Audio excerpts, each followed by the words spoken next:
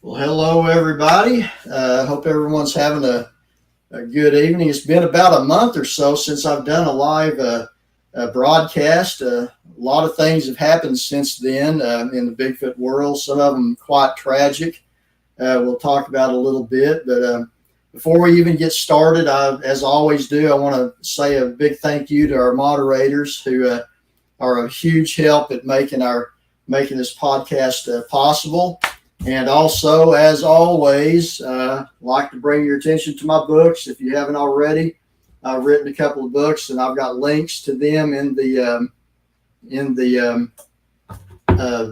description below. One's Kiamichi Bigfoot Investigating the Oklahoma Sasquatch, which is a documentary of my work in the Bigfoot field, and the other one is the Shampe, which is based on a monster in native Choctaw legend. And if you haven't already, like I say, those books there's links to them in the description, and that's a big help to me if you read those. But anyway, with that being said, I've got a couple of guests that I've had on before, a couple of good friends of mine. We've got, first of all, Willstar from the channel Willstar Mysteries. How you doing, Will? Good. Thanks for having me on, Dave. All right. And also we've got my buddy Cornell from up Massachusetts. So we're from, let's see, I'm from Oklahoma, Cornell way up in Massachusetts, and Willstar is in Ohio. Home of the famous Grass Man. And the Buckeyes. And Cornell, what's Massachusetts famous for? God, I don't know. Well, it's very historic, so lots of things that I don't really care about. Salem witch trials. Witch trials, kicking the British out, which I'm a fan of. You've got a history, don't you? The British and the Irish. But I hold no grudges. I love the English. I think they're great people. Oh, that's good, because that's the majority of my heritage, English and German with some Cherokee. But anyway, hey, I'm glad you guys came on tonight. Like I was telling everybody, it's been over a month. The last podcast I did, I had Ron Moorhead on, which was outstanding. Visiting with him, really neat show. We had a big loss in the Bigfoot community this last week with the passing of Kerry Arnold, and we can't get around without saying something about that. Kerry was a good guy. I think everybody that knew him knows that. Cornell, I know, has been on his show, and vice versa. And I don't know, Will, if you were or not, but I've had Kerry on my show a few times, been on his show a few times, been around him in person once, and he was just a really, really neat guy, and big loss to this community for sure. And heart goes out to his wife and kids and all. That's just tragic beyond words. You guys want to say anything? I hardly knew the gentleman, but I did contact him one time about making a video on his encounter, and he graciously allowed me to do it. He said, "You use whatever you need, bud." He didn't say, "Oh, you can only use this, you can only use this." He said, "Whatever you need, Will, you can use. I give you permission to use." So clearly he didn't know me very well, and that's the type of person he just, graciously did that. And then he wanted to have me on his show, but unfortunately, things happen, and it's just a sad situation. Yeah, when I was in Kerry's show, I mean, he had me on there.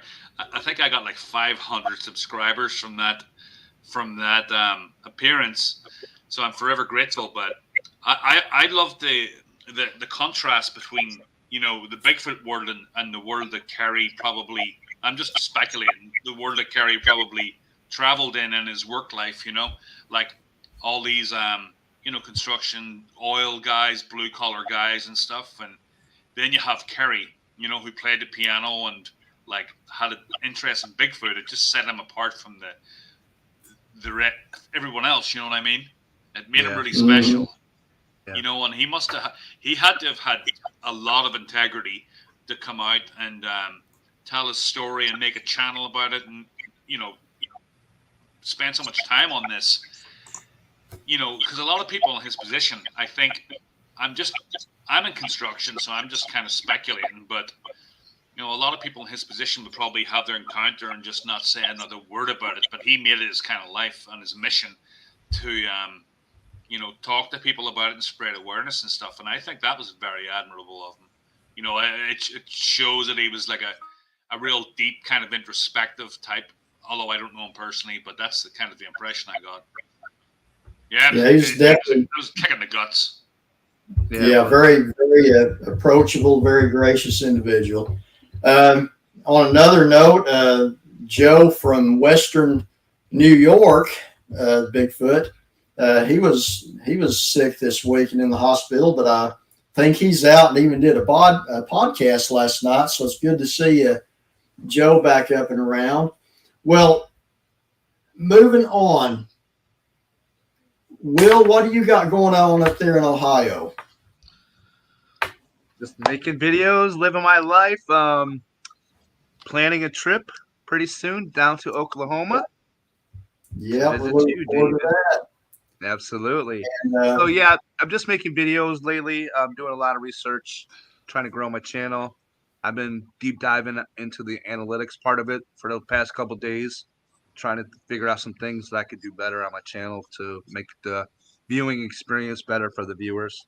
So a lot of that's been going on with me lately, researching that part of YouTube, you know, because I never made videos before I started doing this. So I still have a lot to learn, you know, as far as giving a good viewing experience to the viewers out there. So that's taking up quite a bit of my time at the moment. Yeah, share it with me, because I'm clueless. I've been like totally like very, very lazy where my channel is concerned. I'm just like, what? You can hit a brick wall and it's very like you don't know what to do next kind of thing. But Yeah. you seem to be good at that kind of stuff. So I think it's good once in a while, at least for me. Sometimes need just to back off for a little bit, like I did on the podcast and stuff, and took a month off from it and made a couple other videos. But I think most people here are familiar with Will's channel, Willstar Mysteries, and he has grown that channel at light speed. I mean, what have you got now? Around 40,000 subscribers? About almost 38. So 38. We went there for what? But if just for anyone here that on the off chance you're not familiar with Will's channel, he does a lot of stuff where he shows the location of the encounter that he's sharing, and puts a lot of work in his videos. And I'd highly recommend going and checking out his channel if you haven't already. And I throw this up here. One of our subscribers, Nyanta Desponde, I hope I'm saying that right, Nyanta, put a quote up there towards Kerry from it. And some of you here may not have read this. I've actually read the Gita. Nyanta, it put, "O immortal soul, who weapons can't pierce nor fire can burn, may peace be the journey of emancipation." Bhagavad Gita. And Cornell, you've probably read that, haven't you? I have it upstairs, and I haven't read the whole thing yet. I've glanced at it, but I'm very interested in Eastern philosophy. Indian holy book. I've read it a couple of times. Yeah. But anyway, so Cornell, what do you got going on up there? Nothing Bigfoot related. I've had a lot of personal stuff this last summer, you know. Mm-hmm. Yeah, so I've been just doing family stuff and working my butt off, really. All boring stuff, and you know, nothing exciting Bigfoot related. Plus, my knee's absolutely killing me, so I've got to do something about it. I'm putting it off, and I really can't go on big hikes or anything at the minute because it kills me after like about a mile. It's really, really sore and it swells up. So I don't know what's going on with that. But I do have what's his name? Snowwalker Prime this Saturday. First guest in a while. You know He's that an guy? interesting guy. Yeah, I was on his channel today looking at some of his videos. Yeah. He's got some funny stuff too, you know. He's got some stuff that's kind of serious and some of it that's kind of funny, you know. Seems that. Well, he's interesting because he came on to the Coalition for Critical Thinking for Bigfoot. That's what I thought. Yeah, and it's a channel, it's a page that you don't go on to and just throw something out there without getting ripped apart. And there's a lot of people, a lot of skeptics are, let's just say that. And he claims to have seen a 15-foot tall Bigfoot, and he said that it what's the word for it? It dissolved like the predator kind of thing, and as it walked between two trees. Something? Gotcha. Yeah. So I really wanted to talk to him about that because he must really, have a lot of faith in what he saw to come onto that Facebook group and talk about it. So that's what piqued my interest. So I really want to talk to him about it. The first time I heard of him was on Richter's page, and he was probably just ripping him apart. I can't remember, but I want to have him on to hear this story. And he's right up in Maine, so he's not too far from me. Yeah, he's way up there. Joe from the Squatch and Cowboy. Joe, that's still pending. Me and Will are still kind of pounding out the details on the when and where on that. So we're putting that together. So upcoming, somebody on here said, where was it here? Yeah, Oklahoma, October 1st. Yeah, I will be at Honubby on October 1st. That's on thing. That's the Saturday. I'll be speaking at the convention in Honubby on that Saturday. So I'll be up there then. My October's pretty full on that. We got the convention at Honubby, which, by the way, I've never been to that before. I'm not a big crowd kind of guy, and I know that's like a big carnival type event.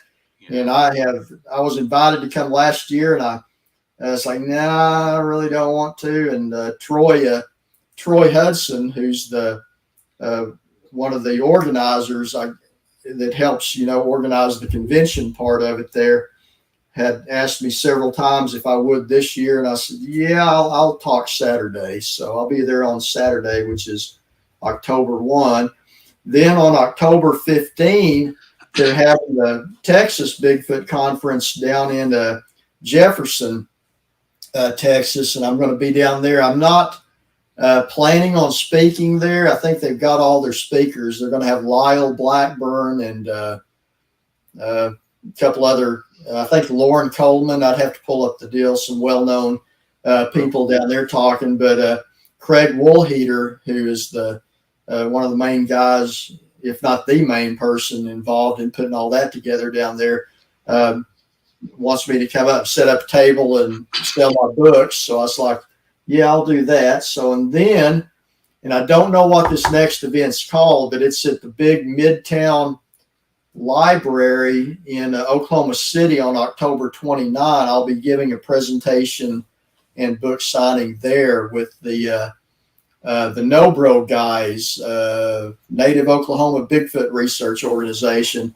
Evans Bailey, who is a member of that, invited me to come and do a presentation at that deal there. And that's a whole paranormal thing. It's not just Bigfoot. So there'll be everything from people talking about ghosts to Bigfoot to UFOs and God knows what else. So pretty full October there. So you're going to be pressed on Dogman a lot, and you're going to have a nice response for that. Yeah, Dogman is a popular topic lately. I know what the response is, though. Easy. No, I know. I tell it straight like it is. No, I keep it like this. I have never personally found any evidence for such an animal or creature, whatever it's supposed to be. But I don't. To me, I think that the question of something would fall more into the paranormal, paranormal category, which I don't really go into that much. And it's certainly not my area of expertise. So no, I don't. I'm not critical or make fun of anybody that looks into it. It's just, to me, it would not be a naturally occurring biological species. So I think it would fall more into the paranormal. But I got to tell you, man, I am And as far as Bigfoot is concerned, I am squarely in the camp of do not kill one of these creatures. Because anybody on here that knows me, I do not personally think the Sasquatch is a remnant of an extinct ape that took the long hike across the Bering Strait from southern Asia called Gigantopithecus. I don't think he is, and I don't think it's just some animal. My belief is it's more would be most likely closely related to us. And to repeat what I've said before, if the legends from the Pacific Northwest are real and true about them once in a while abducting, and Will, you did a report on this, and I'll let you speak about it a little bit because you're fresh with the details. Every once in a while, abducting a young native maiden and even producing an offspring with them. If those are true, then these things would have to be closely related to us in order to make a viable offspring. Will, you want to elaborate on that? Sure. Yeah, I absolutely agree with that, David. I think that they're an ancient type of human that branched off a long time ago. Maybe they did come over the Bering Land Bridge, but I don't think that they were apes that came over. I think that they were an ancient type of human. And in the Harrison Hot Springs Lake area, there is a report from the ninth. Well, this happened to this young lady in the 1880s, but it was reported when she was an older lady in the 1920s to J.W. Burns. And she was out, I believe it was getting some kind of roots, collecting roots to eat or something like that. And she was yanked up and carried away by a Sasquatch who kept her in the cave. Who kept her in a cave for like over a year. And she got away. She got sick, and she told the people, because she learned their language. They supposedly speak a Douglas Indian dialect. So she learned that language, and then I know what you're. she communicated with them and said she wanted to go home. She wasn't feeling very well. They didn't want her to go, but they knew she was really feeling sick. So the male Sasquatch carried her back, towards her village, let her go, and then that night she had a baby that didn't make it. The creature, the half creature, half human, whatever you want to call it, passed away. So that is the encounter from, well, I can't remember her name. Seraphine Long. Her name was Seraphine Long. That was you can find photographs of her. Yeah, absolutely. Didn't she live up into like the early 60s or late 50s, somewhere in there? I think it was the 40s because she was in her 80s in the 1920s. Oh, okay. Yeah, so it couldn't be lazy. But I've seen pictures of her as an older lady. Now, here's one thing really even more intriguing about that report, Will, is when she was being held by that family of Sasquatch in that cave, they had the ability to make fire. Yeah. Now, that's something else there. And she said that they also had the finest furs that they would use for, like blankets and like whatever else they would use them for. She said the furs that they had were more finer than anything that her tribe could make. So, the fire and on top of that. So those Sasquatch there really do seem more human-like than even what I have even thought about, really. But one thing also, when he took her, it said he put like pine sap on her eyes to keep the eyelids shut where she couldn't see where he was taking her. And that kind of falls into the not Bauman, not Fred Beck. Who's the guy that was kidnapped by the family? Ostman. Remember, Albert Ostman talked about there being some woven top blanket made from something in the recesses of those rocks in that little canyon where he was being held. Yep, absolutely. And have you guys ever heard of the Mushlat Harry story about him being abducted? Also, yeah. So it there are quite a few stories out there about these creatures abducting humans. Maybe they're trying to reach out to, become more human. Like, I don't know the word that I'm looking for with that, but more normalized. I mean, I don't know why they would want to kidnap somebody like that. Maybe it has something to do with like inbreeding or something. They don't want to I don't know what it Well, is, but we can always speculate, right? Scalish. It was it Scalish, the language that she said they talked. They spoke some native language. The Douglas dialect is what I'm familiar with. Okay. Because the Douglas tribe is up here on the northern side of the Harrison Hot Lakes Lake. So. Okay. And I want to say this to you folks in chat. If you have a question you want one of us to answer, please type the question all in caps. I do my best to get to all of them. The brown dwarf said, didn't the DNA study come back female side human and male unknown? You're talking, I think, about the Melba Ketchum, the Sasquatch genome project. I've read a little bit about it, but yeah, I think so. Said the DNA, some of that came back as the human side female and unknown male, and I don't know a whole lot about it, but that's is reported from that study. Matter of fact, Troy Hudson, who we've had on before, he knows a lot more about that than I do. Well, we got Brian Terrell from Red Dirt Cryptid on here. I was talking to him earlier this evening.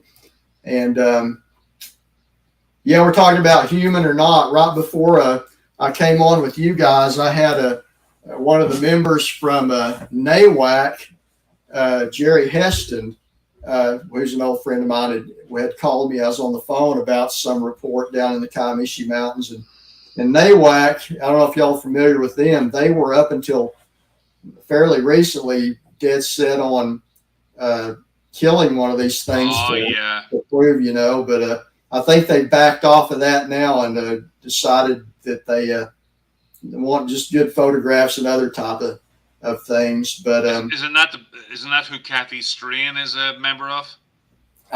Well, she went down to that area. Actually, I just finished reading that book by man. I should have wrote this stuff down. I didn't know I was going to talk about it, but there's a book called Valley of the Apes: Looking for Sasquatch in Area X, and I just got through reading it. And through the first part of that book, they felt like they had a wildlife biologist with them named Alton Higgins, which I know him. They felt it necessary to collect a specimen in order to prove it to science, so they would take measures to protect the population of them. But they're very much in the camp, and I don't say this to be critical of them at all. Me and Jerry were talking about this when we came on. They still refer to them as animals or as apes, like that. And I told Jerry, I said, well, I'm very much moved past them being just a remnant of an extinct ape, and that's fine. We're not everybody has to think alike, but I just think there's a lot more to these things. Monkey. I agree. I mean, if they're just an animal out there, I don't think that they could stay hidden as long as they've stayed hidden from everybody. No. They got to have some kind of advanced thinking, intelligence. Okay, I want to see what T-Boy said, Western Colorado. I'm on the same page as you. Let me go up here and see what that was about. I think a lot of the things we call paranormal can be traced back to the Bible, especially when you consider how it mentions giants. Yeah, and there are several people that think that, Cornell ran away. He'll be back. He'll be back. But yeah, there are several people that do think that. I'll put you back up on there, like the Nephilim or whatever. That's not where I go with that, and that's not being critical of that at all. Think what you want, look at the evidence, and come up with your own views. I think Will and I are kind of on the same page with it of thinking that they are very closely related to us. Yeah. How, I don't know, but Will, it's like any great ape. You look at them, and I've used this a lot. Look at the hind foot of a great ape. It has that big toe like a thumb. It's short. Yeah. It's made for gripping stuff and that. The footprints of the Sasquatch is not like that. It is a humanoid type of footprint. And I've used this, and I was just talking to Jerry about this because Gigantopithecus, we have very little fossil remnants of it, mostly some teeth, partial jaw bones. Everything we know about it, it is an oversized orangutan, which is not a bipedal animal. So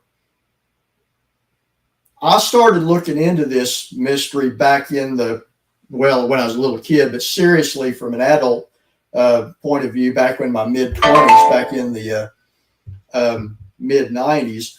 Why would this Gigantopithecus, this big orangutan, bring Cornell back on, leave its story to hike all the way from South Asia across the Bering Strait during the Ice Age, miserable country up there, down into a new land where none of its, native food is.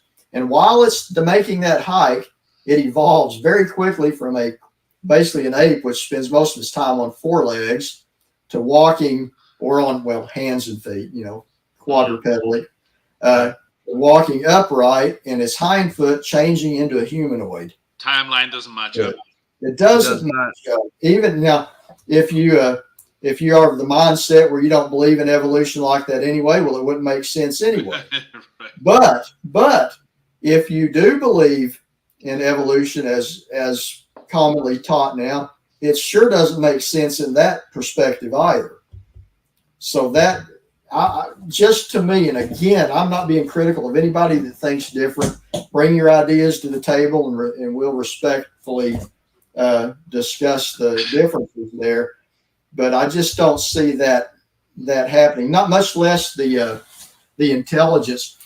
Now, one thing that I noticed on that book, Valley of the Apes, and here I am, I'm making an advertisement for it as well, talking, because it is worth the read. Because I'm actually, the reason I bought the book is somebody said, "Hey, been enjoying reading about you in that book." I said, "Somebody wrote about me?" I didn't give them permission, but it was all good, so that's okay, I guess. But I'm mentioned as one of the first researchers to go down into that. Actually, was the first step foot into that valley, along with a fellow named at the time. But one thing we were talking about when I was reading that book, when they were in those cabins down there, these things would throw rocks, sometimes sizable rocks, on that roof.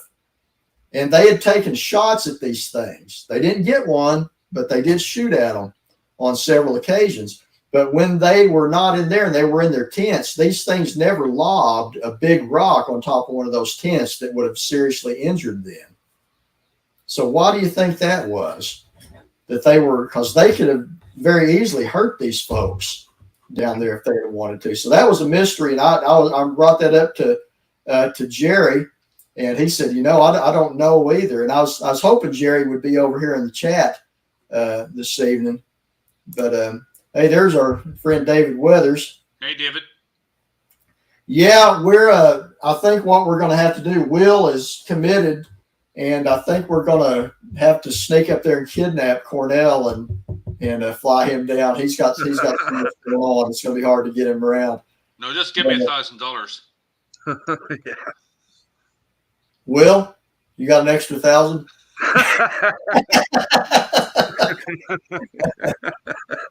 That's funny. What is the plane ticket cost from Boston to Oklahoma? The last time it was like $250. Now it's like $800. And it's not just that; it's other stuff.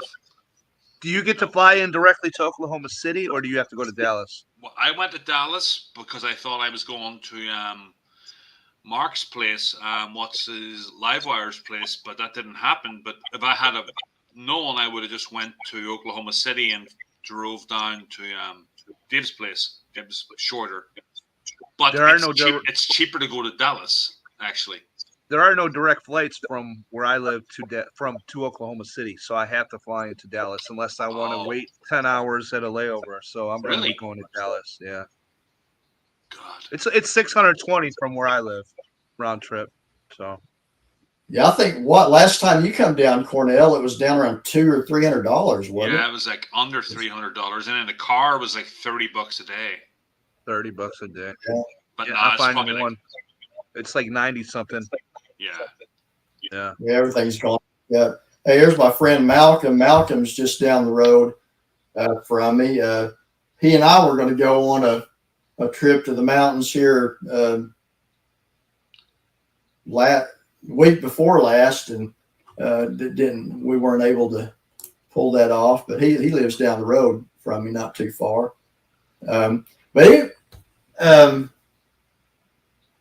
As far as things I've had now, this summer it's been so doggone hot down here. I have Same up here. It's been Cornell crazy. Tomorrow it's going to be 100 degrees down here again. Wow. Again. And it's been 110 most all of the summer. So that's really why I started doing the podcast. If you notice when the hot weather hit, that's when I started, doing these podcasts. I couldn't imagine being in the Kiamichi in 110 degree weather. It's just you couldn't do it. It's miserable. It takes the fun out of it. But anyway, on July 30th down here, we had a cool day. It was down in the mid 80s. So I went up to the Kiamichi Mountains, and if you've looked on my channel, I've got the video of the cottonmouths striking at my GoPro. Yep. I shot that footage there, and that night had a pretty interesting evening, to say the least. I've never had a bad feeling in that area before, but somebody it's so freaky. Yeah. Oh my gosh. Well, but this time I was down there when it got right about dark. I caught movement out of the corner of my eye down in the woods from me, and I couldn't see what it was. Looking, and I just started snapping pictures of the woods there. Just had a weird feeling, like I wasn't welcome. I'll put it that way, So I moved down. And I realized where I was at, I could not get out of that campsite fast. And I was by myself, so I couldn't get out of that campsite quickly if I needed to. And Cornell, you've been there. You got to go really slow and deliberate, or you'll just bottom out and bust the oil. You got to keep swerving around those big dips and stuff. It's pretty unforgiving. Yeah, it is. So anyway, I moved. You remember the first campsite that we camped at the first night, Cornell? Yeah, the one that I was like, we're camping here. You didn't like it? No, I loved it, but I'm like, oh my God, this place is in the middle of nowhere. Yeah, that's what's neat about it. I know. I just wasn't used to it. So anyway, I moved down to you remember the place we camped the first night, there was a place closer to the entrance. I moved all the way down the mountain to that one because I could get out of there quick if I wanted to. Were those people had their little RV? Yes. Where they had that little 4-wheel drive RV down there. So I moved down there across the creek, and it was the weirdest thing, Cornell. You could hear the crickets and everything. And then the mountain coming down, it was just, you could hear the silence coming towards you like a wave of everything just going quiet, like something was coming down. And that was the weirdest feeling that I've ever had down there. Yeah. And to be honest with you, that's the first night I didn't stay all night down there. I actually decided I probably should go home that night. That's the only time that's ever happened. It was bizarre. But the night we went down with Dave, the second night, we walked down to this place he calls the Bottoms, and that whole night, it was just like nothing. There's no sound at all. That's the night that thing came around my tent, and God, it was so eerie. I mean, it was so adventurous. I mean, it was so much fun just being there in the middle of absolutely nowhere. Well, for me, it's the middle of absolutely nowhere, and just knowing that these things could be watching you, and then you add the silence on top of that, like, which was completely the opposite from the night before. It was like, you could hear sounds all night, but it was dead silent. It was crazy. Yeah, I watched those videos that you guys made of that, and I can't wait to get down there. Oh, that's Pyro, awesome. Like a great Woodstock for Bigfooters. Pyromedic said, Cornell, he said, that wasn't nowhere. It was Bigfoot's backyard. Right. There you go. I think he is right. Here we go. Malcolm. Cornell plus tent equals sack lunch. Hey, Malcolm, I think Cornell might have actually been thinking that night. I was so scared, Malcolm. I was so scared that I had a phone down beside my leg. I remember it very clearly. It was I was in a sleeping bag, but my phone was down like at the bottom of, like down by my calf somewhere. And I heard this thing walking around. I was too scared to make a rustle to go down and get my phone to do anything with it. Like take it, some footage or like capture some sound or anything. That's how freaked out I was. This thing was like walking around, and it was just like a big, heavy man, just like on 2 feet, crunch, crunch, crunch, just like walking around there. I'm like, what is that outside the tent? Like, I mean, I was like, 8 years old again, seeing shadows in my bedroom. Yeah. Paralyzed with fear. Yeah. I was like totally like primal. I'll never forget it.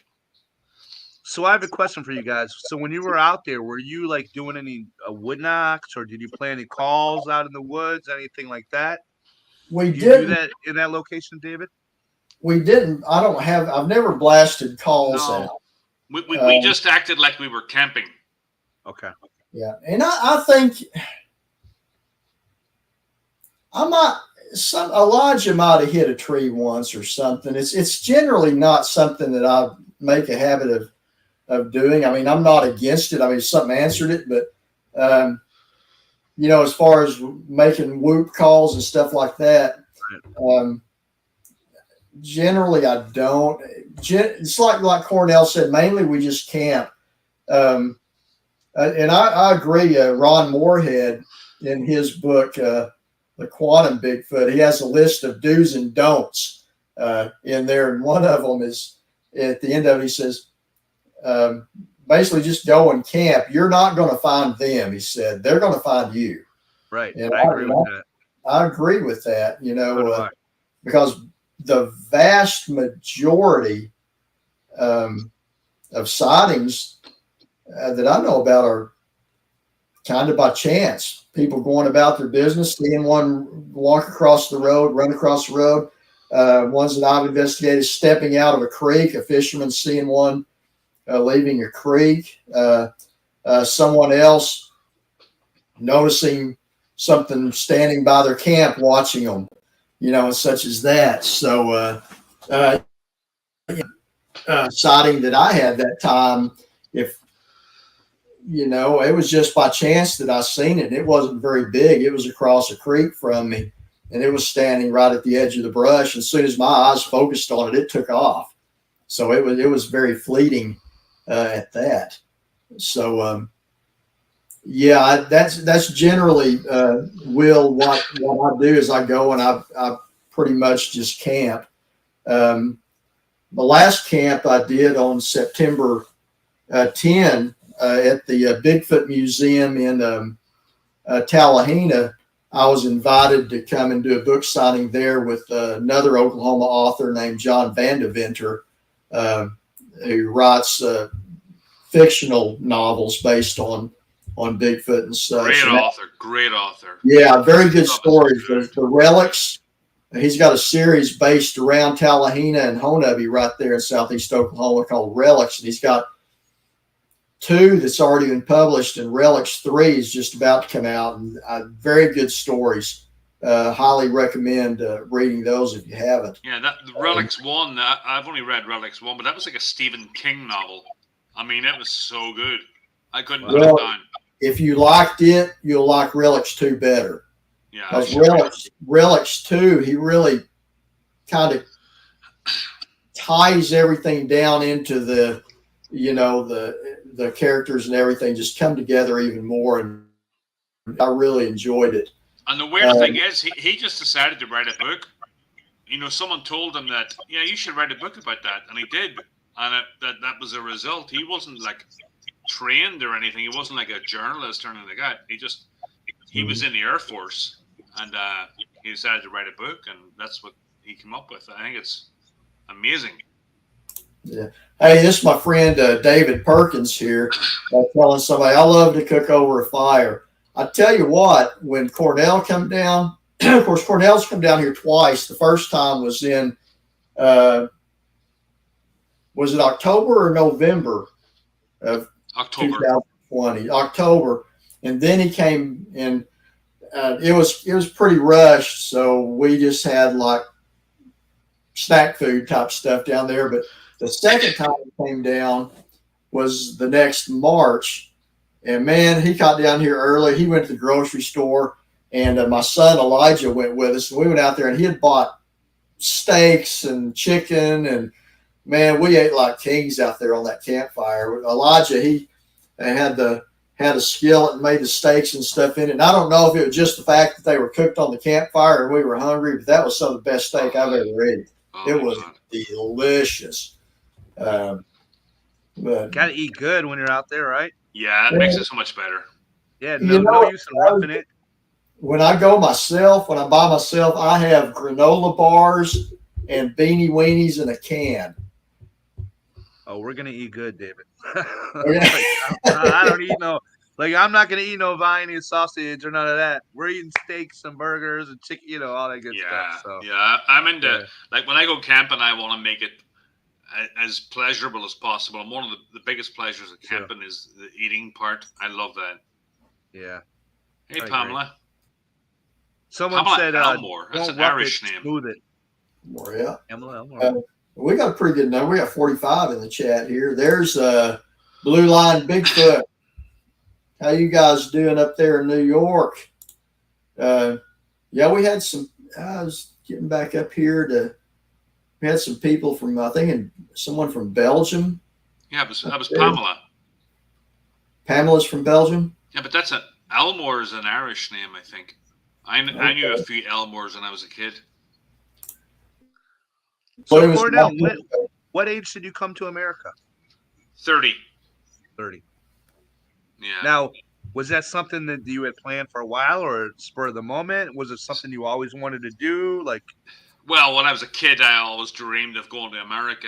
Star Wars and the Hardy Boys and stuff. I just loved the Hardy look. Boys. Yeah, I just loved that whole American feel. This is where I wanted to be. Okay. And then I started to travel Africa and Europe in my 20s and stuff, and then I came home from my travels, and it was kind of a anticlimax. So I went into journalism and got a journalism associate's degree, and I couldn't really make any money doing it because everything was going online. So I'm like, I'm going to go to America and see what's going on over there. So I just bought a ticket one day and just came here. And how many years ago was that? You said 22. I'm 52 now. Okay. Yeah. We got T-Boy 13 says that is bizarre when everything goes quiet. There's a certain amount of noise in the woods day or night. Yeah. But yeah, that second night we were down there. Cornell was talking about we went down to those creek bottoms. Where we were at, we were about halfway down them. I call them mountains. They're really hills if you're talking compared to like Colorado or something like that. But we're about halfway down the ridge. There's a campsite, and then it goes on down into some creek bottoms below us. And we went hiking after dark down in there. And it I forget who made the comment that it was quiet as a tomb down there. I don't know if that was me or Cornell. Might have been Elijah. I don't remember, but it was deathly quiet down there. So Why do you think things get like that? I don't. Predator. you know, I can't.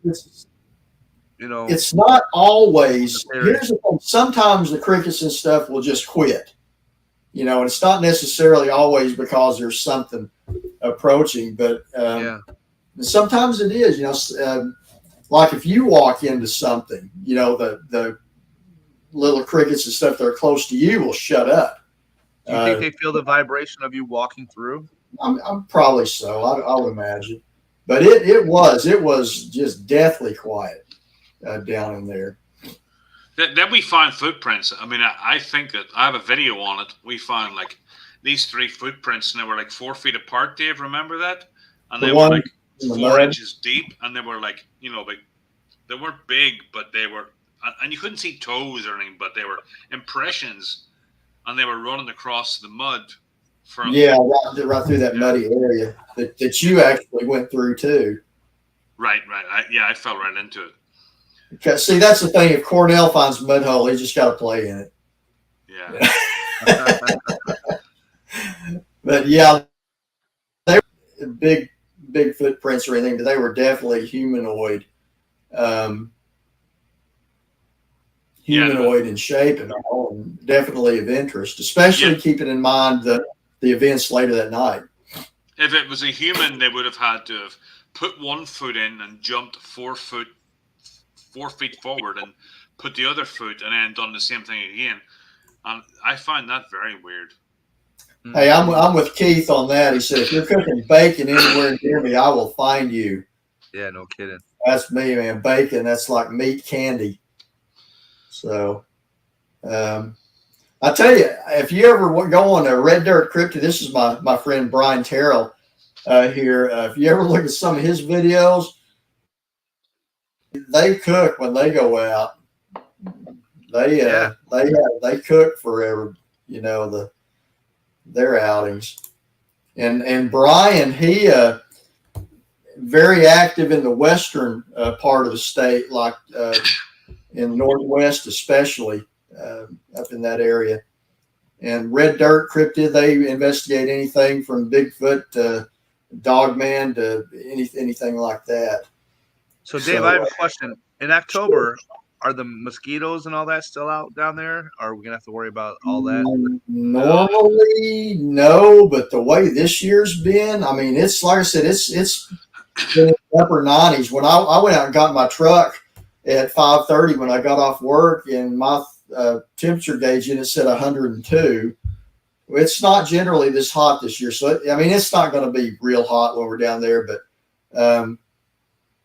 man, I'm just so used to ignoring mosquitoes, you know, and I've got bug spray, but I don't think there'll be an issue. Bug spray. Down here, usually when it's really wet year, there's a lot of mosquitoes, but man, it's just been so dry.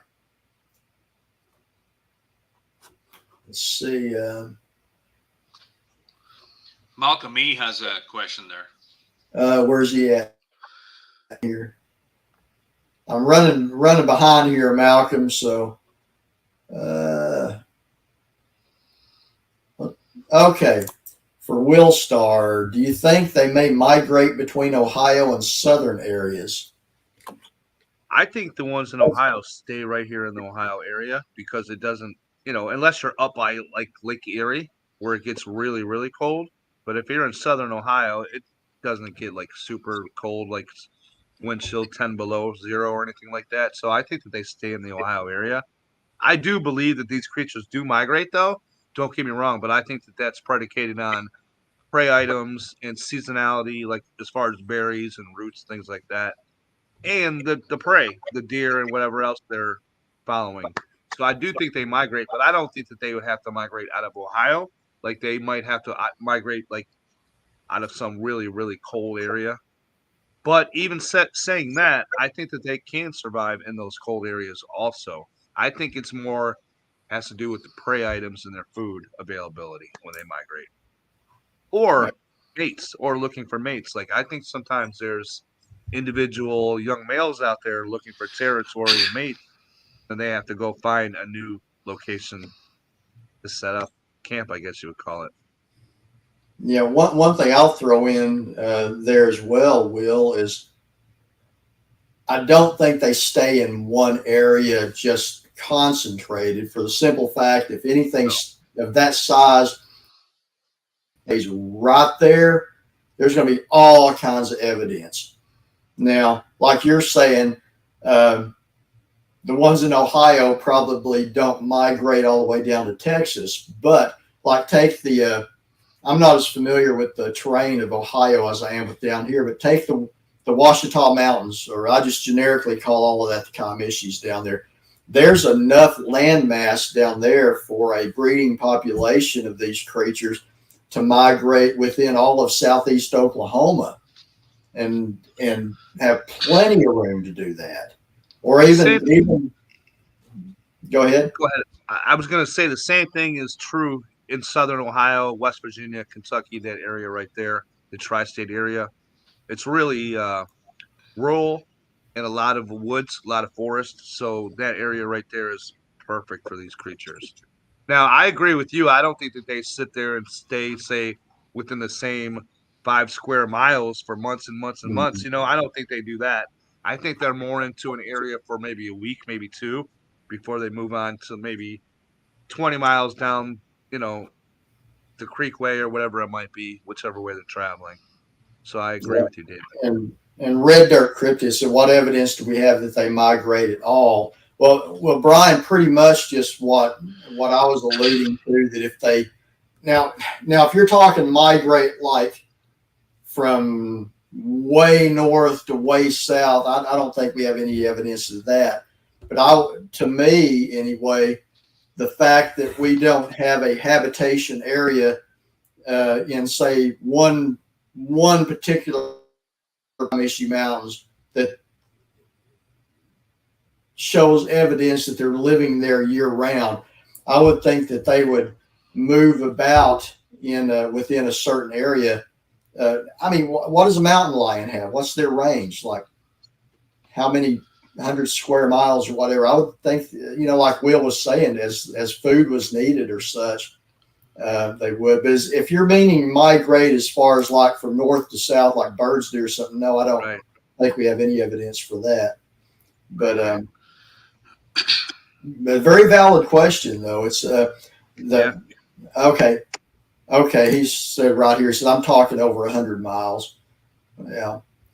Well, you know, we don't. It just like I was saying, the lack of evidence where a sighting has taken place after the sighting. Like, let's say you find footprints and stuff after a sighting, and then for several months you don't find anything else right there.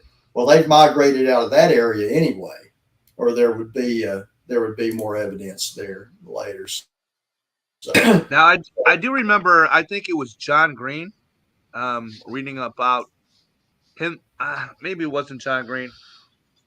One of those investigators from back then, they found a footprint, did a cast, and like hundreds of miles south, they found the same footprint after they did the cast and they did the study. And so they assumed that creature had, you know, migrated whatever it was, 200 miles south into California out of British Columbia. Wow. I can't exactly remember the encounter, but I think I recall John Green talking about that, where they had found 2 different prints of the same creature, probably like 200, 300 miles apart. So that would be something. Hey, okay, I'm going to throw this out after, like I was saying, after the book signing that me and John Vandeventer did at the Bigfoot Museum in Tallahena, Oklahoma. And if you're ever there in Tallahena, stop by and see Tanya and Chuck there. It's worth the stop. But anyway, we went up into the Kiamichi Mountain there's in camp, and I heard something that night, and I'm not saying this had anything to do with Bigfoot, but it's the strangest thing I've ever heard up there camping. Where we camped was up on this mountain off of 259 highway, and there's a lot of these mountains you can pull off and drive up, and there's places you can camp. and there was where we camped hiking trails intersecting this area, like a couple of them. And after dark, and what I do a lot of this, Cornell can tell you, I'll just take off out in the woods or down the road, whatever, at night. I just like to do that to listen. But I had started down this hiking trail from camp, and I got maybe 20 foot away from the edge of camp there. And right inside the woods, I heard this rattling noise. And the best thing that I can make the comparison to, it sounded almost like maybe a hollow gourd that there were some larger pebbles in, that something rattled it. It was the weirdest sound I've ever heard. And I yelled back at camp. I said, "Did you guys hear that?" And Tanya's like, "Yeah, I heard that." It didn't sound like it was more than 15, 20 foot into the woods, if that. I could not see anything. I hiked on, didn't hear it anymore. Later the night, I went back down that trail and heard that same noise back down that trail again. I was talking to Jerry Heston about it on the phone earlier, and he said, "No," he said, "I haven't heard that." But he said down there in the Area X, he said, "Man, we had heard and recorded some of the weirdest vocalizations that they were making." He said with their throats or whatever that they couldn't explain either. But I've never heard anything like that before. And before the night's over with, I'd heard that same thing 3 different times. Always the same. Find whatever it was staying well hid in the thick woods. So if anybody in chat has heard anything like that, let me know, because that was a new one to me. Have either of you guys heard anything about that? Anything like that? No, I've never heard of anything like that, but I have heard of these creatures being really, really good impersonating other animals like birds and owls and even hummingbirds. Like the noise you hear from the hummingbird's wings. I had an encounter. I made a video on this encounter where I think it was a Native American lady heard a hummingbird and she turned and looked, and it was one of these creatures making that noise. So they really are good at imitating nature, but I've never heard of like shaking a gourd and hearing that sound before. Yeah, pyrometic. I'm familiar with the sound of the turtle shells. There's at the Choctaw Mansion, Gardner Mansion Museum down at Broken Bow. They've got some of those that they would have the turtle shells with things in them that the whatever tribe, Choctaw maybe, would put around their leg. It was a deeper sounding rattle than that. I've just tried to figure out what that could have been. And again, there's nothing to make me think that it was necessarily a Bigfoot doing it, but it was. I've never heard that out in the woods before, and it was not just heard by me; it was heard by Tanya at least 2 of those times. Chuck at that time, he was sitting in their SUV over there, and I don't know if he heard it at all. I don't think he did. Here's Brian Terrell, Red Dirt Cryptid, said, "I've heard of Bigfoot humming, making vibrations." Yeah. But I'll tell you, Will, if Cornell doesn't make it down here, we need to set some audio recording device out in the woods, because that proved very fruitful when Cornell did that, because he captured stuff on that we didn't hear. Yeah. He set it. How far in the woods did you set that device, Cornell? The first night it was like, 100 feet up onto the ridge. Not up even, on those rocks. Yeah, it was like from where we were camping, just like straight up. It was like between 50 and 100 feet. And I just hit play, record. Record, yeah. Yeah, they're David Perkins. Let it record all night. Cornell? Yeah, I just let it go until the batteries died, yeah. Send me a link. Text me a link to that device, if you would. Oh, yeah. The Zoom H4n Pro. You don't even have to get that expensive a one. You can just get any zoom device. Well, I've got a small Sony. It's nothing as fancy. The one Cornell had was state of the art, very nice. I've got a small one that I can set out there that I'm going to bring with us. David Perkins said, we've heard gourds at my family's dance grounds when no one was there. Spooky. Yeah, that would be, David. And that's down there closer to the Wichita Mountains, which is in the southwestern part of the state. So Brian Terrell said, audio recorder is the most productive piece of electronic equipment I've used. Brian, actually, the one of those that you showed on one of your informational videos that you put on Red Dirt Cryptid. It's just one of those inexpensive little Sony, I believe. It has the deal that comes out and turns it into a thumb drive, and you can just plug it directly into that. So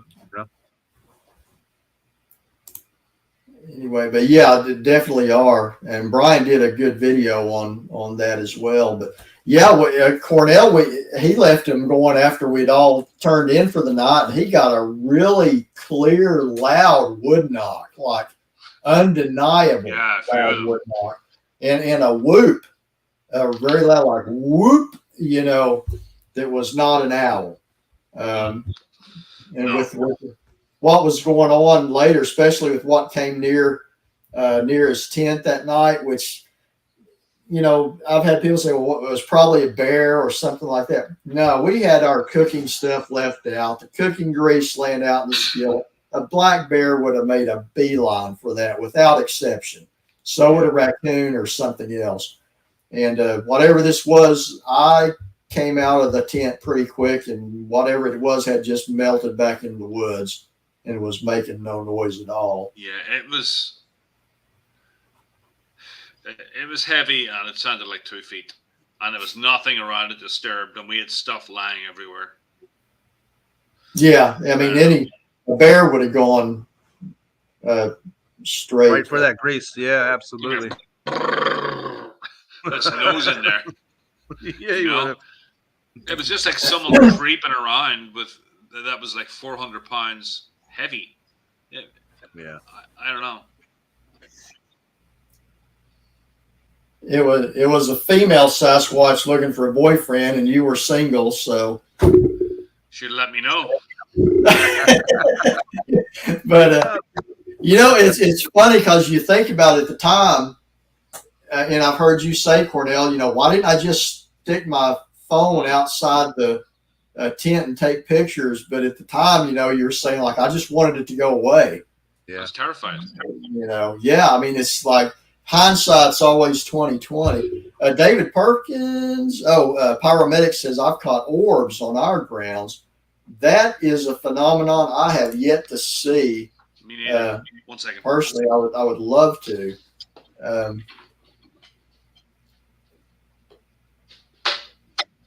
But yeah, that shaking, that rattling noise I heard, that was bizarre. And realistically, I just felt like I should have been able to see what was making it in the woods. I mean, it was real thick forest there, with a lot of small, like pine saplings real close to each other, a lot of thick underbrush, and then big hardwoods and pines behind that. So no, my flashlight would not penetrate very far into the woods, but it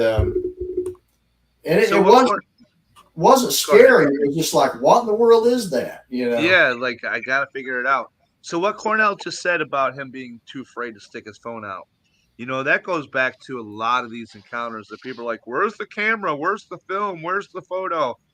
A lot of times when people have these encounters, they are frightened for their lives. They're like, they don't know how to think or how to react. The last thought is, let me pull out my phone and press record and record this thing. That doesn't happen to a lot of people.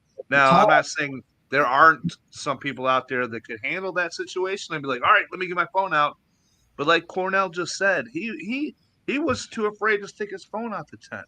That happens to most people that I was have afraid to encounters move. with these creatures. Yeah, and then you got these critics are like, well, where's the pictures? Where's the record? People aren't thinking about recording these things. They're worried about their lives. You know what I mean? They're worried about things, about the fear that they're feeling, not like I need to get some film on this creature. Well, And if you when you wake up in the middle of like 3 o'clock in the morning in the woods, there's always like a kind of unsettling feeling anyway. And then you hear this thing outside your tent, and you're in unfamiliar territory, and it's not supposed to be there. Right. There was something very unsettling about it. And I knew Dave was like right over there, and he had ammunition, but Yeah. it didn't. At that point, I was like thinking, this thing can reach in and just rip me apart before Dave even wakes up. That's the way I was thinking. Yeah. It's want to scary. give a thanks here. This Viter Fetcher said, highly recommend David's books. If you haven't bought them, read them. I've reread Kiamichi Bigfoot several times, and now a footer friend of mine has it. Excellent work. Hey, thanks, man. I very much appreciate that. I'm glad you enjoyed it. And by the way, I'll announce it on here. I have officially started my next book, which is going to be a follow-up on the Kiamichi Bigfoot, and it's going to be well, I'm hoping that when Will comes down, there's going to be something worthy from that to make a chapter out of. I've written one chapter concerning the book signing I was at, the camp after that, and Tanya's face-to-face encounter with that Bigfoot.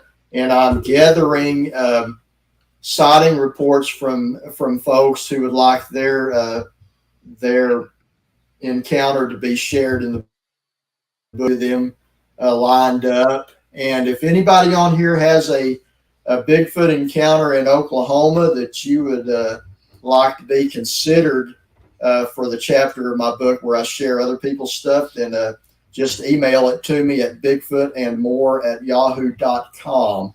And if you just have a report you want to, not for me to put in the book, but just to share with me for my database or whatever, just email that as well, because I'd love to read it and put it in reports. The email again is bigfootandmore@yahoo.com. But I don't know what time frame it's going to take me to get through this, but I have officially started it, and I'm carrying around the thumb drive with the files in my pocket so I can pop them into a laptop anytime and write on it a little more. It's just finding the time to do it, but I am working on it. You never know when inspiration is going to hit, right? Right. What was I going to say? What was I going to say?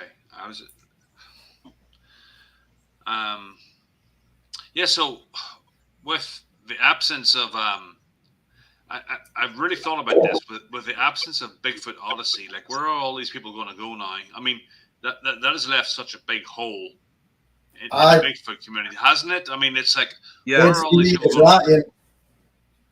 Honestly, it's really not just completely sunk in yet. I mean, yeah, it's like it's really not. And I don't even want to get into to talking about that. But no, I can't think of any. Nobody's going to fill that space. I'm just thinking, like, what are all these people going to do with the reports and their like, being able to talk to someone, and like, where do they go now?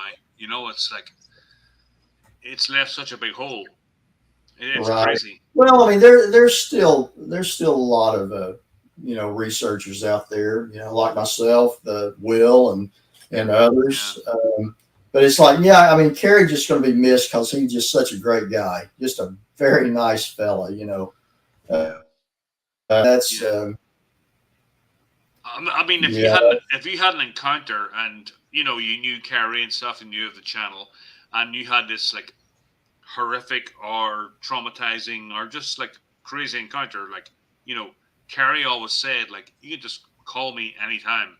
Oh, yeah. He was somebody you could call, but now that's gone. What do people do now? Seriously, here's a very good question here by Keith McDonald. He said, David, have you ever taken a dog with you when you've been in the Kiamichi Mountains? I never have personally, but on September 10, when we went up there, Tanya and Chuck brought their dog named Knight with them, and that's a funny story there. Typically, Bigfoot and dogs don't get along very well together.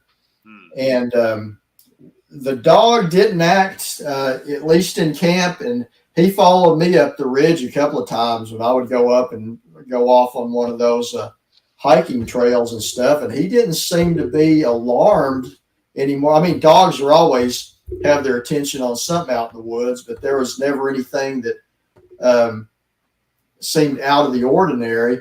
Now, one thing I can say about that dog is his superpower was there is no snack I could open up that he didn't sense it right there, and he was my best friend. And I made a deal with him because when I first came to the museum, he kind of growled at me. And when I pulled out a can of veiny sausages and cracked that lid, he was just right there staring. Right there, huh? And I made him a deal.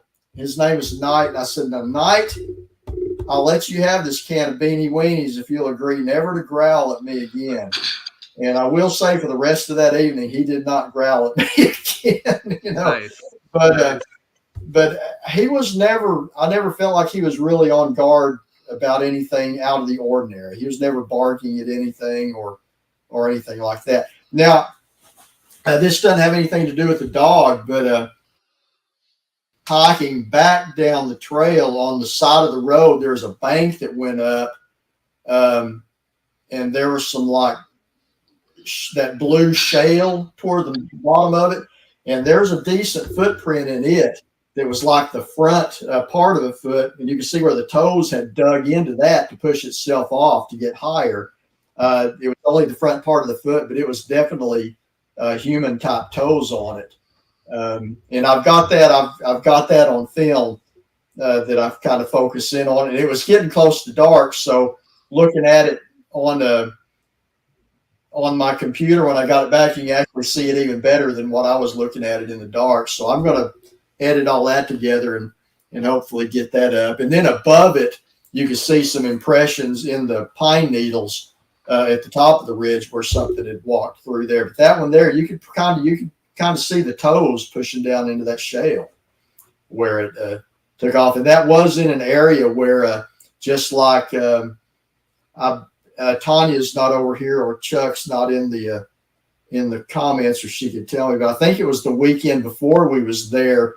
Somebody had some kind of encounter with the Bigfoot in that area. So, and by the way, Will, if the one area that me and Cornell went to, if that area for whatever reason is taken or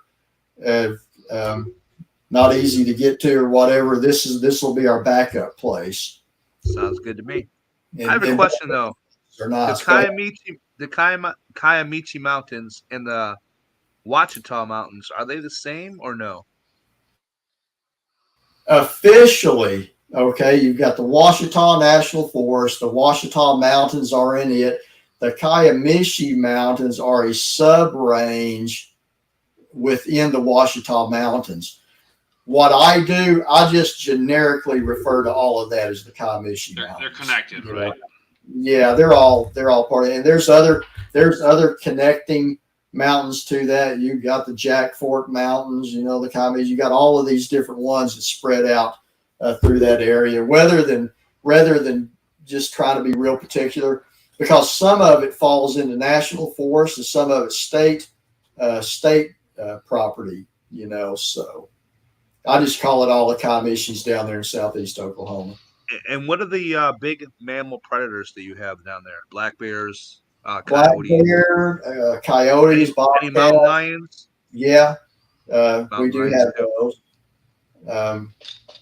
And I've actually seen mountain lion twice, but not down there. I've seen it by my house. Once in 1989, I had a game warden tell me, "No, you didn't see a mountain lion." I'm like, yeah. I grew up in the woods. I'm not prone to seeing things. Yeah, it was a mountain lion. And my daughter and I, about probably 4 years ago, were driving close to my house. I live out in the middle of nowhere, and one actually went across the road in front of us. I remember my daughter, Summer, she goes, "That wasn't a coyote." I'm like, "No, honey, that was a mountain lion." You know, and there was only not even a mile from our house. So I was very alert when I was walking in the woods after that, you know. Yeah, no kidding. Uh, Experience Nature had a question up there. okay, where are we at here? Experience. Lost it there. Chris Kimball's here with us. Hey, Chris. Bruce Beaver, Gene Hudson, River Morris, T-Boy. Who am I looking for? Experiencing Don. Nature. I could just read the question if you need me to. I'm trying to catch. Oh, here, Cornell. Yeah. Here we go. Are you planning to go out with Willstar and Dave in the Kiamichis? Okay, here's the thing, Will. You've got to learn to say it right, or you can't come. Kiamichis? Kiamichi. Is that how you say it? Kiamichi Mountains. Yeah, Kiamichi Mountains. Kiamichi. I can always tell that people that have just moved to that part of the state from like Dallas or whatever. They they live there, but they can't say it. They'll say the Kamichis or something like that. It's like, oh, you're not from around here. It's the Kiamichis. I get corrected a lot in my videos from places that I never heard of, and they're like, "That's not how you say it." I'm like, "Oh," so I put a lot of time in trying to like learn the pronunciations now, so I don't have all these comments, And like because like my Chehalis wife is one of them. I was saying Chehalis, and they're like, "It's Chehalis. It's Shay." I'm like, "Oh, sorry."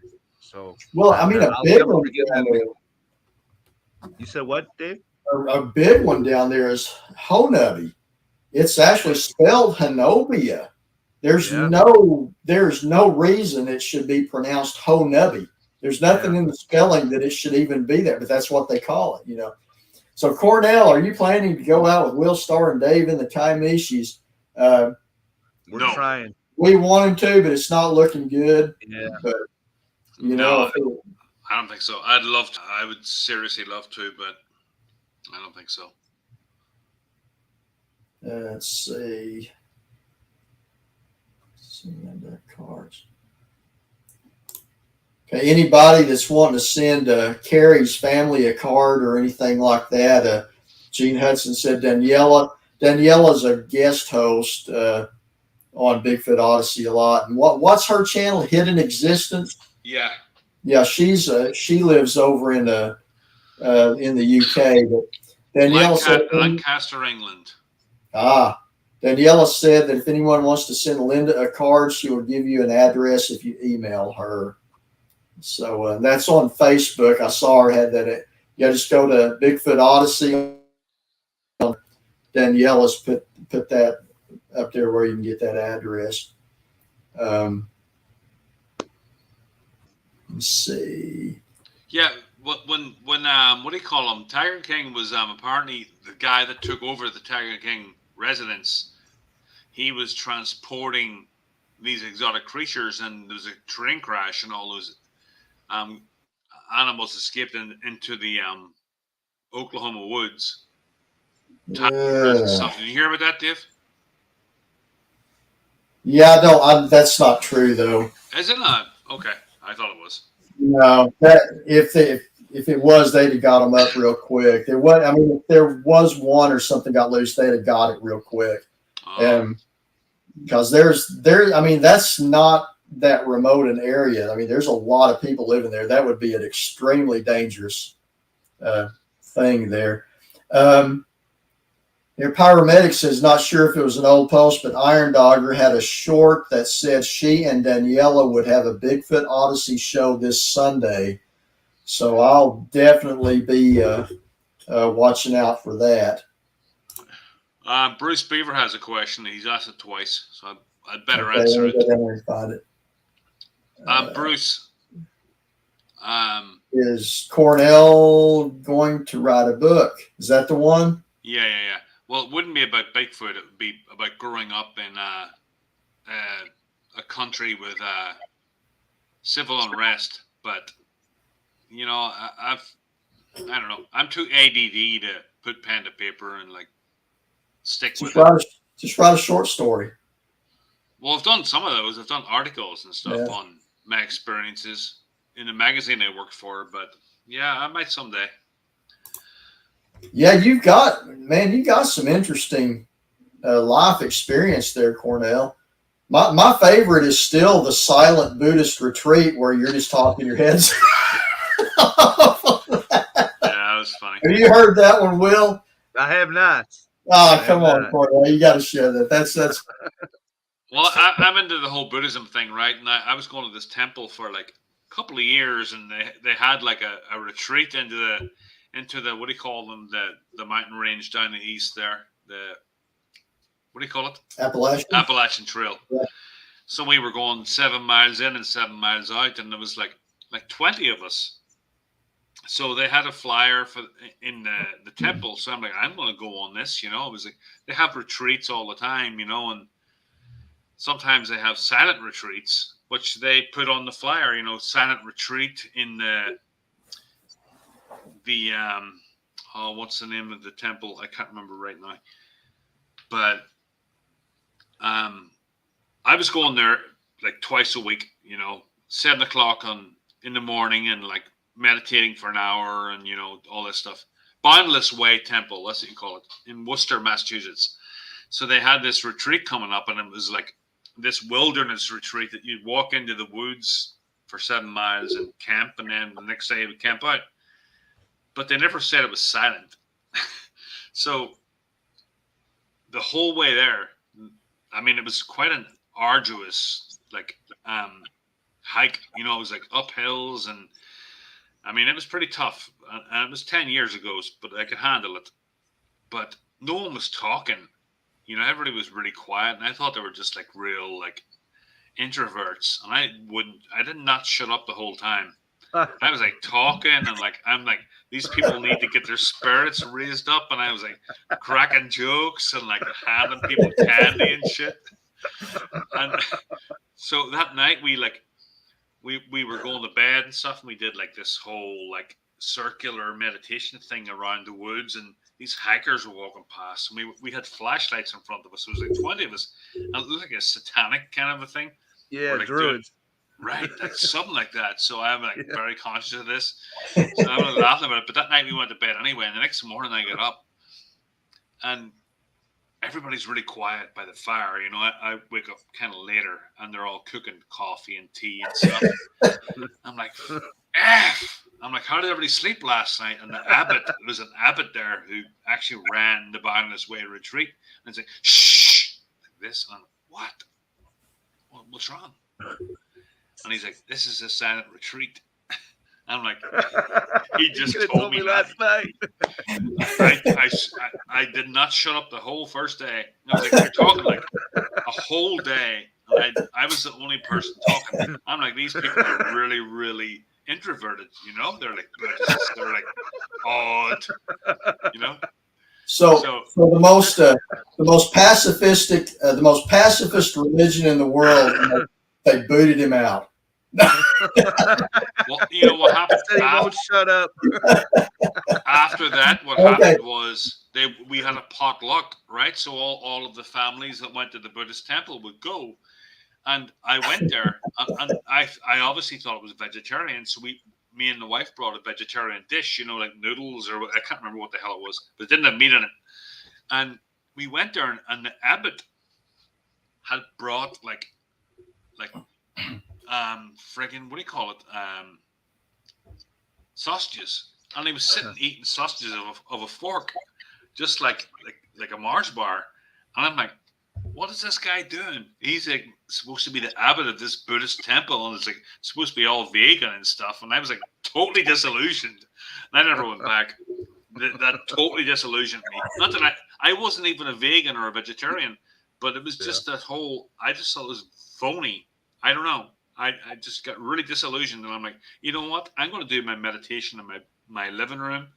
Screw this temple. I'm not going back. And I never went back. Got a question here. David Rush says, I'm in Arkansas, run a Pepsi route that takes me to Poto, to the Kiamichi Votech.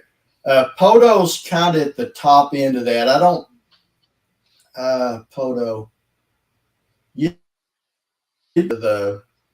of that, David. I don't know if that.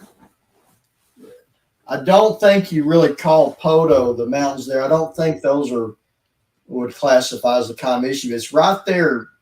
I'd have to get the map out. I mean, you're right there on it, but really going deeper, a little deeper south, would take you more into that proper. So Podo kind of sits right on top of it. Let's see if I'm missing any questions here. Bopar Bill, you're a little late, but you made it. I'm glad to have you.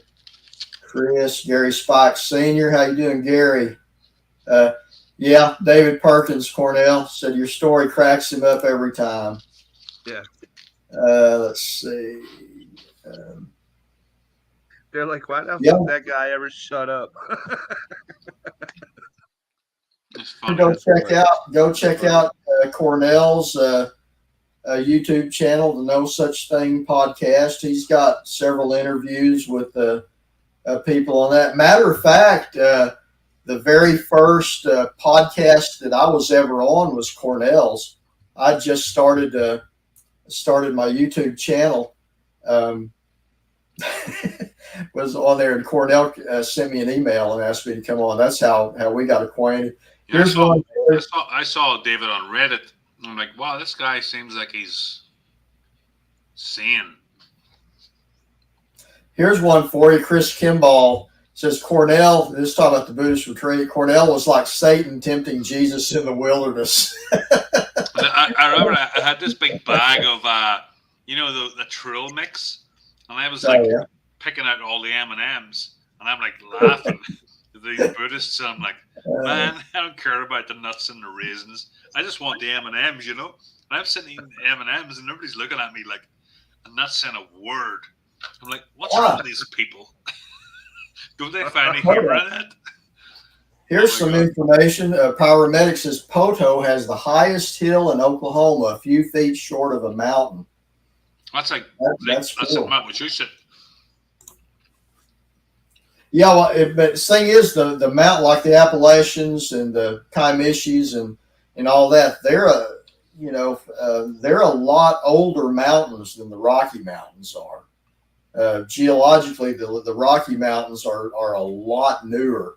The Appalachians, and even over here in like the Kiamichis and the Ouachita's, those are very ancient mountains that have wore down.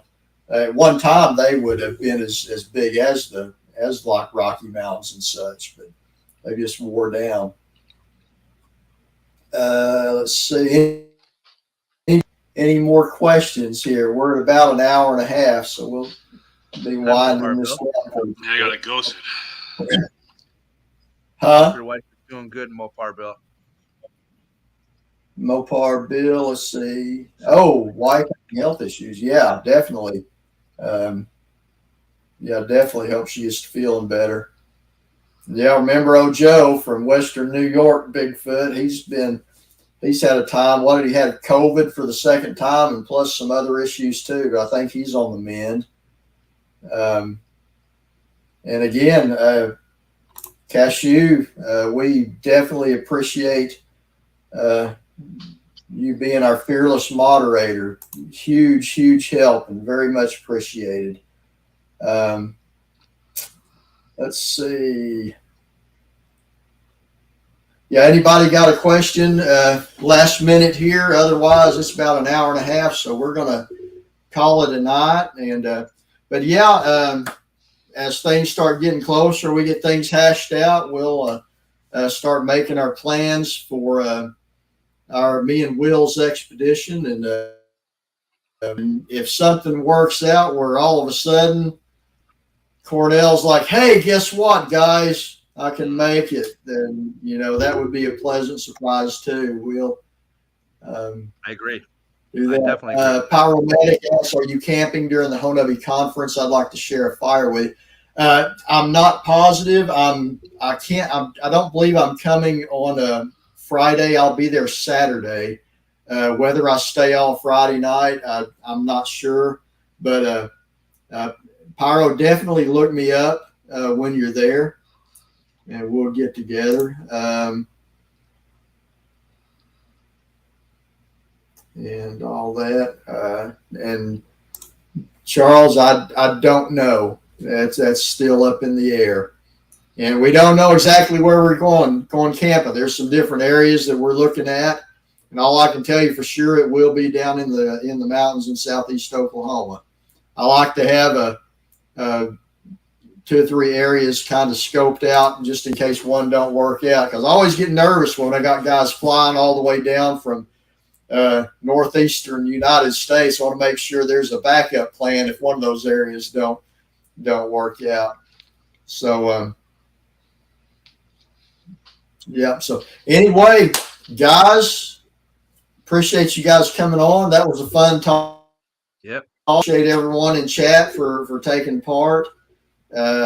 Appreciate all of you, and we'll have another. We appreciate your internet provider. Way better today. Yes. I parted ways with AT&T and I got a new one, and I have not had any internet problem at all. So I have not had to keep my phone handy to jump on there because it's booting me off. And I think my video is a little better quality tonight too. So, there's been a couple of stutters, but that's about it. Yep, that's exactly right. Oh, that's just me. I stutter once in a while. So, so anyway, okay, guys, I appreciate it. And until next time, everyone in chat, you guys take care and appreciate y'all stopping by. Absolutely. See you guys. See ya.